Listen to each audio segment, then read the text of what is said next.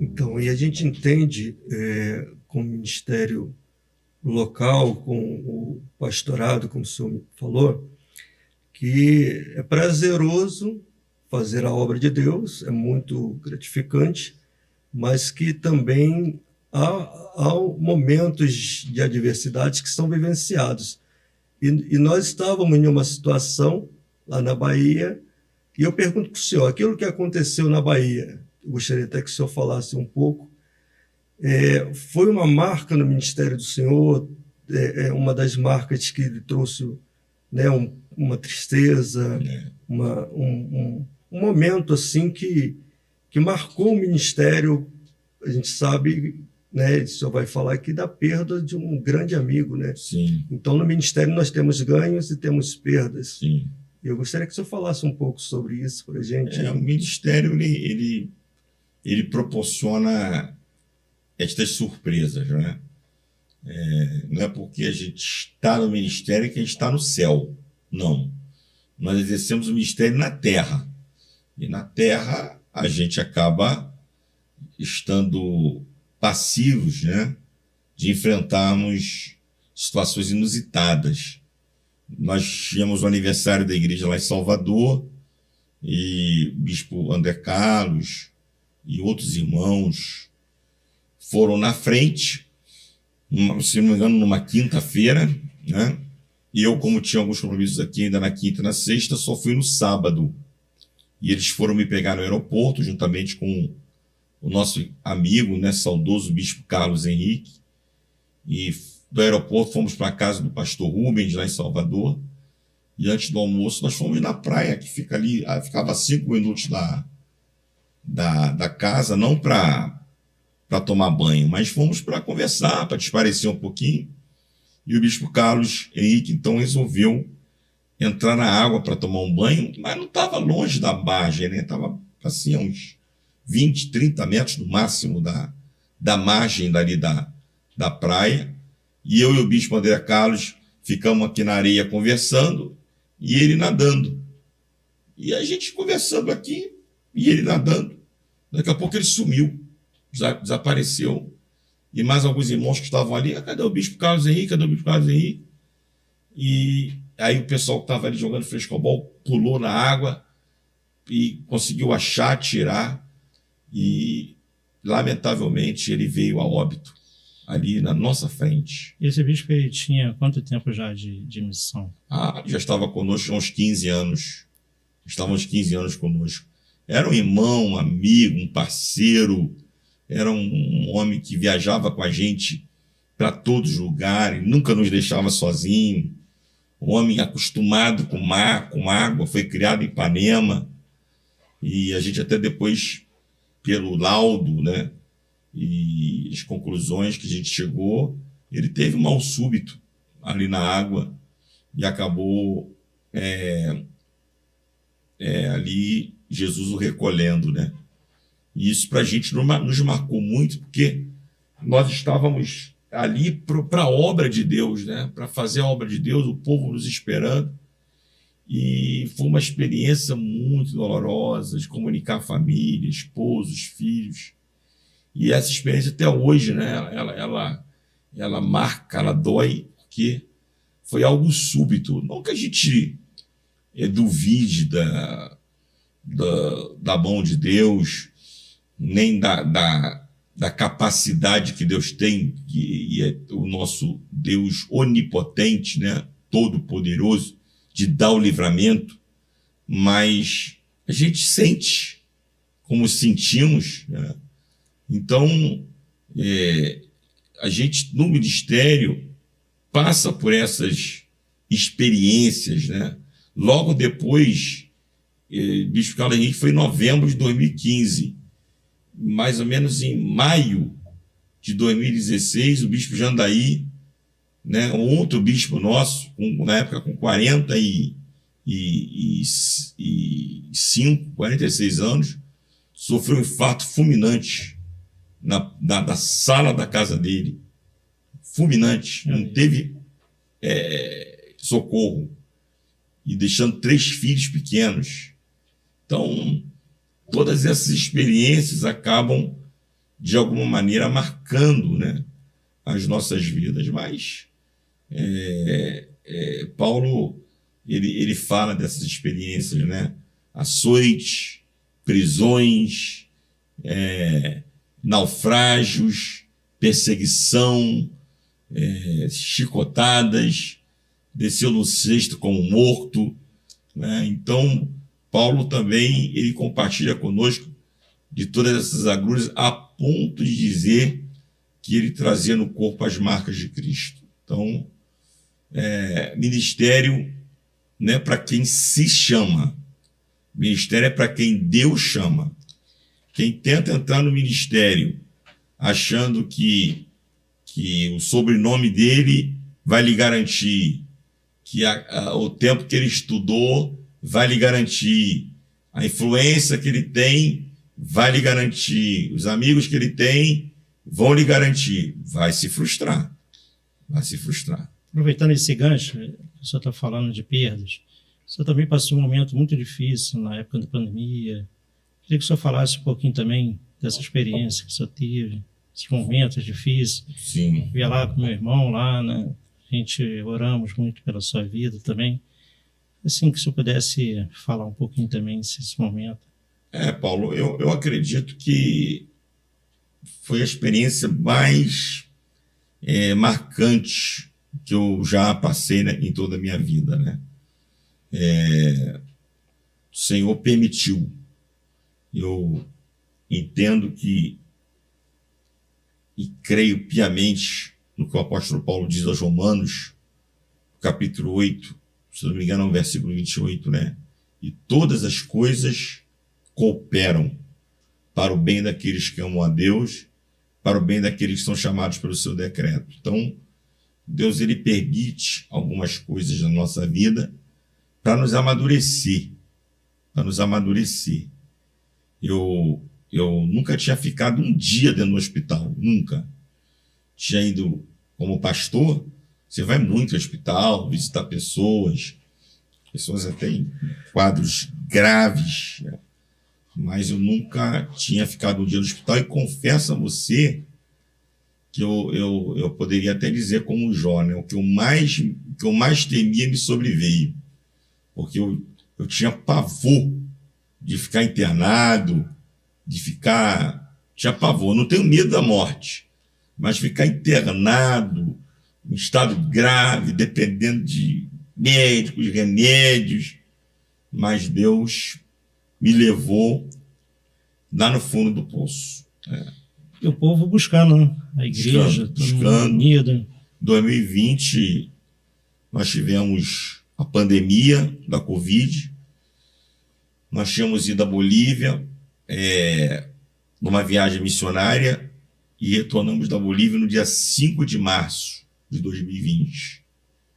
Quando foi dia 13, até ali ninguém falava de Covid, jornal, ninguém. Voltamos. Mas quando foi no dia 13, eu comecei a sentir sintomas, febre, dor no corpo. Isso foi quando o senhor veio dessa viagem? Quando eu vim dessa viagem. Mas como eu tinha ido no luau de casais da igreja, na sexta-feira, dia 13, eu falei, poxa, isso deve ser a friagem que eu peguei a noite toda, e peguei uma gripe forte. Passou 14, 15 de março é meu aniversário. A igreja fez um culto em ação de graça, a igreja estava lotada, teve bolo, todo mundo me abraçou, me beijou, mas eu sem saber, eu já estava contaminado, sabia. Aí quando foi dia 16, veio a ordem para fechar tudo. Fecha a igreja, fecha tudo. E ali eu fui piorando, e dia 20 eu fui no hospital, e quando eu cheguei no hospital e fizeram lá uma tomografia, eu estava com um pulmão todo tomado, e o outro pulmão já com a metade dele tomado. Isso no dia 20. Mas conversando como eu estou conversando com vocês aqui. Não estava com essa falta de ar, que todo mundo estava, não estava começando. Colocaram um catéter nasal e me encaminharam na madrugada para o Hospital Mário Leone, lá em Duque de Caxias, que foi o hospital referência da rede no tratamento da Covid. E a ambulância já me levou, fui de ambulância, e quando eu cheguei no Mário Leone, já de madrugada, né, já na ambulância, na maca, que eu vi abrir a porta, estava escrito CTI. Aí eu falei, a situação realmente é grave, né? Mas assim, até ali, na minha mente, eu ia ficar uns 2 ou 3 dias e vir embora.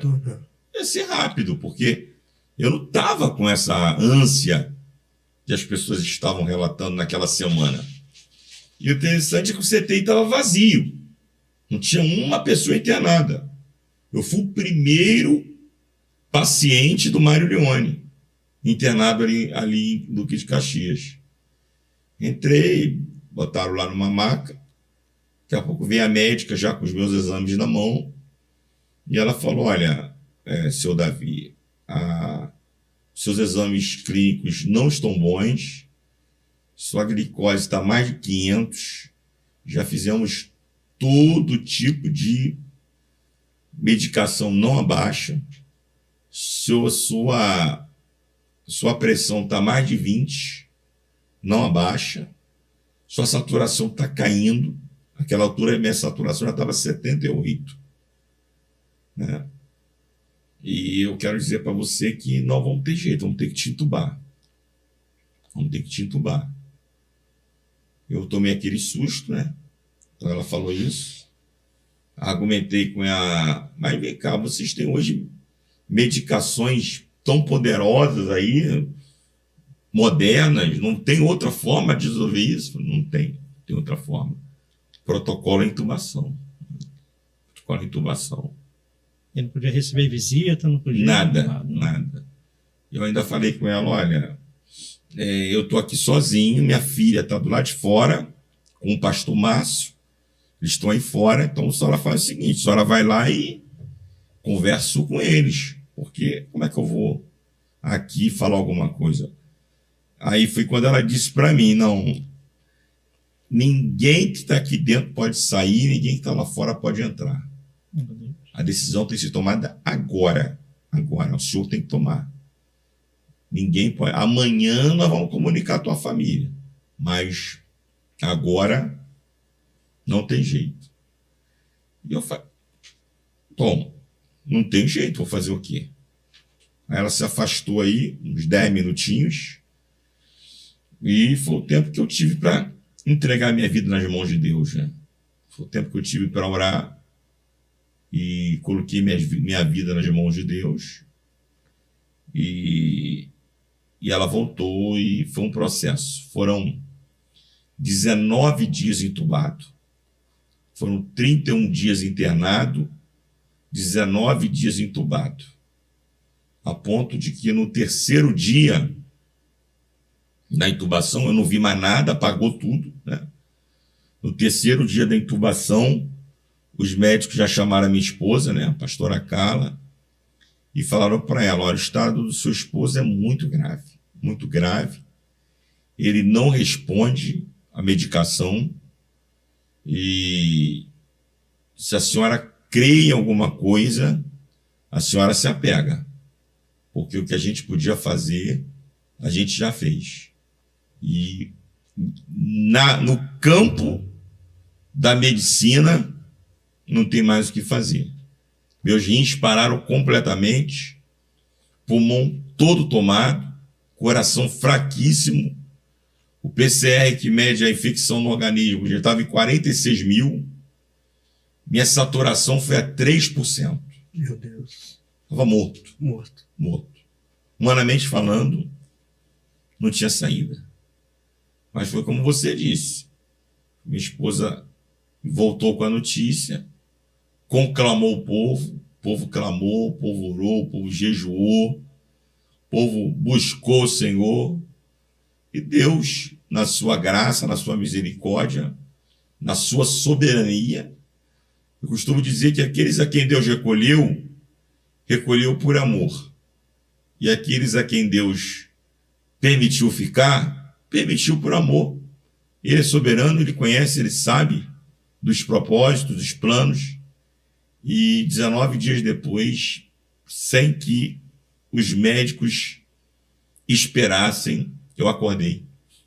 Eu acordei e comecei a melhorar imediatamente, responder a estímulos através da mão, do olhar, porque é entubado. E me deram, depois, vamos tirar o tubo, aí foram tirar o tubo. E minha esposa já tinha assinado a traqueostomia, porque com 10 dias de tubo tem que fazer a traqueostomia. Minha esposa já tinha assinado a autorização para a traqueostomia, eles não fizeram, porque a traqueostomia ela tem uma grande chance de prejudicar as suas cordas vocais, você nunca mais a tua voz voltar ao normal. E aí, eles não fizeram, mas mesmo assim, quando tiraram o tubo, fizeram alguns testes comigo, para saber se iam precisar fazer a traqueostomia, me deram um copo de água para tomar, eu tomei, me fizeram algumas perguntas, mesmo com a voz embolada eu respondi, e glória a Deus, cara. 31 dias depois, eu saí do hospital completamente recuperado, sem nenhuma sequela, para a glória, desculpa, para a glória do Senhor, completamente recuperado. Então foi uma experiência dolorosa, mas que contribuiu muito para a minha edificação e para a edificação do povo de Deus, né? Daqueles que oraram, de saber que nós servimos a um Deus que responde às orações. Amém. Interessante é que no mesmo período nós tivemos outro bispo, Exato. o bispo Irapuano, também vivenciando A mesma situação. a mesma situação, né? Mesma situação. Ele é médico, né? Foi contaminado no seu exercício profissional. E no mesmo período que eu estava entubado, ele também foi entubado. E passamos... Ele ficou menos tempo, ficou 9 dias entubado. Mas como a idade dele é bem mais que a nossa, está com 67, 68 anos. Então, ele ficou bem mais debilitado, né? Mas graças a Deus também, Deus operou um milagre na vida dele. E ele também está hoje completamente recuperado e trabalhando e fazendo a obra de Deus, cuidando da família, né?